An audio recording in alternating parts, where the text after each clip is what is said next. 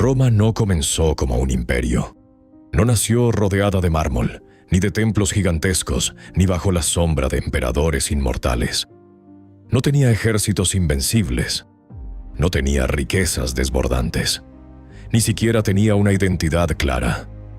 Era en esencia insignificante, un pequeño asentamiento en una tierra dura, rodeada de enemigos, en un mundo donde sobrevivir ya era una victoria. Pero algo en Roma era diferente. Algo en su forma de pensar, de organizarse, de adaptarse, la separaba del resto. Roma no solo sobrevivía, aprendía, observaba a sus enemigos, copiaba sus fortalezas, mejoraba sus errores y poco a poco, sin que nadie lo notara al principio, comenzó a crecer. Primero dominó su entorno, luego su región, después todo lo que la rodeaba. Hasta que un día, casi sin darse cuenta, Roma no era una ciudad más. Era el centro del mundo, un poder tan grande que parecía imposible de detener. Pero hay algo que la historia siempre demuestra. Cuanto más alto se eleva un imperio, más inevitable es su caída. En el corazón de la península itálica, a orillas del río Tíber, surgió una pequeña comunidad. Un lugar sin grandeza aparente, sin templos monumentales, sin ejércitos organizados, sin señales de lo que algún día sería. Solo colinas, caminos de tierra y un grupo de personas intentando sobrevivir. Pero Roma no nació en cualquier lugar. Su ubicación lo era todo. Se encontraba en un punto estratégico entre el norte y el sur de Italia, cerca de rutas comerciales que conectaban distintas culturas, lo suficientemente próxima al mar para beneficiarse del comercio, pero lo bastante protegida como para evitar ataques constantes. Era un punto de paso, un punto de intercambio, y con el tiempo, un punto de control. Las 7 colinas sobre las que se asentaba no solo ofrecían protección natural, también permitían vigilancia, dominio del entorno, ventaja sobre cualquier enemigo. Pero Roma no creció sola. Al norte, los etruscos dominaban gran parte de la región. Eran avanzados, construían ciudades organizadas, desarrollaban técnicas arquitectónicas, tenían sistemas políticos complejos. Roma aprendió de ellos, tomó su conocimiento, su forma de construir, su manera de organizar la sociedad, y lo adaptó. Al sur, las colonias griegas ofrecían otra influencia: arte, filosofía, pensamiento, comercio. Roma absorbía todo, pero no lo copiaba. Lo transformaba, lo simplificaba, lo hacía más funcional, más práctico, más eficiente. Roma no buscaba ser la más brillante, buscaba ser la más efectiva. Y esa diferencia lo cambiaría todo. Mientras otras civilizaciones destacaban en cultura o pensamiento, Roma destacaba en algo más peligroso: la capacidad de adaptarse mejor que nadie.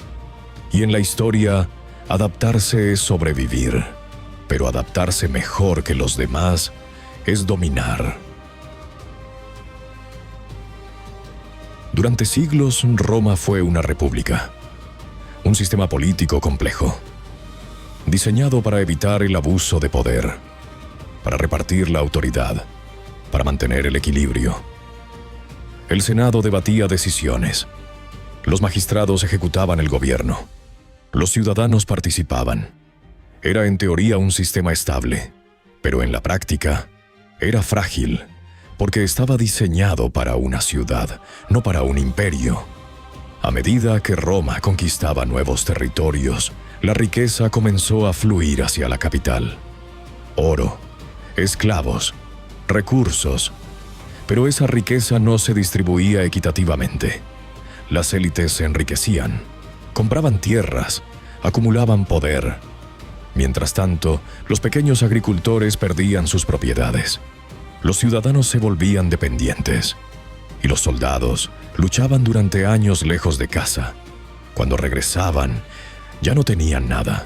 ni tierras, ni estabilidad, ni futuro. Fue entonces cuando algo cambió. La lealtad dejó de ser hacia Roma, pasó a ser hacia los generales. Hombres que prometían riqueza, tierra, protección, hombres como Mario, como Sila, como César. Roma ya no era una república unida, era un campo de tensiones, ambición contra tradición, poder militar contra poder político.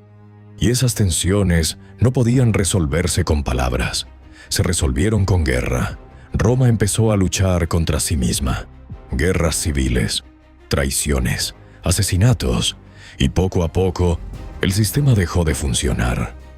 No porque fuera débil, sino porque ya no era suficiente para lo que Roma se había convertido. Tras el asesinato de Julio César, Roma no encontró estabilidad, sino todo lo contrario. Quedó sumida en una lucha brutal por el poder, en la que las alianzas eran frágiles, las traiciones constantes y la violencia una herramienta política más. La república, que durante siglos había sostenido el equilibrio entre distintas fuerzas, ya no podía contener la ambición de sus propios líderes. En ese escenario emergió una figura que en apariencia no parecía destinada a dominar Roma: Octavio.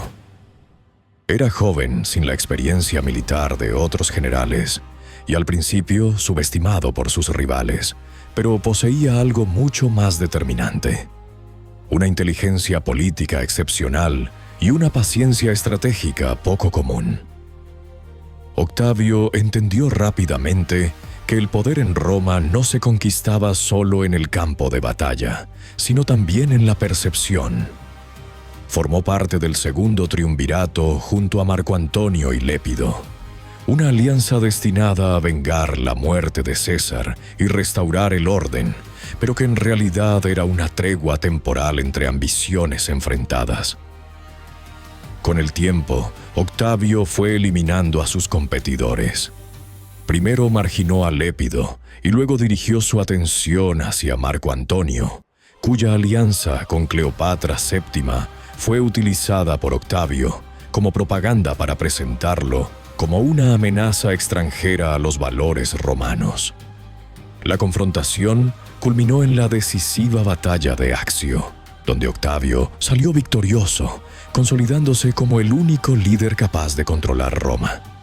Sin embargo, su mayor logro no fue militar, sino político. Octavio comprendió el error fatal de César. Roma no aceptaba reyes, así que evitó proclamarse como tal y, en su lugar, construyó una de las ilusiones políticas más brillantes de la historia. Declaró que restauraba la República, devolviendo el poder al Senado y al pueblo romano, cuando en realidad concentraba en su figura todas las decisiones clave. En el año 27 a.C., el Senado le otorgó el título de Augusto, un término cargado de significado religioso y político que marcaba el inicio de una nueva era. Roma seguía llamándose República, pero en la práctica se había convertido en un imperio. Bajo Augusto, el poder dejó de ser caótico y se volvió estructurado. Reformó el ejército, asegurando su lealtad directamente al emperador.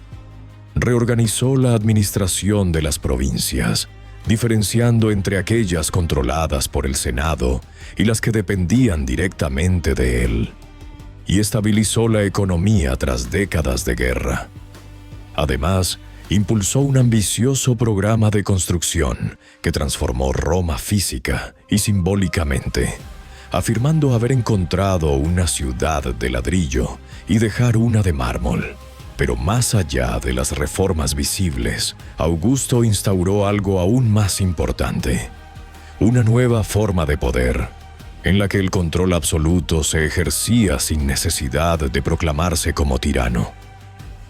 Roma no había perdido su libertad de forma evidente, pero había entrado en un sistema donde todo giraba en torno a una sola figura.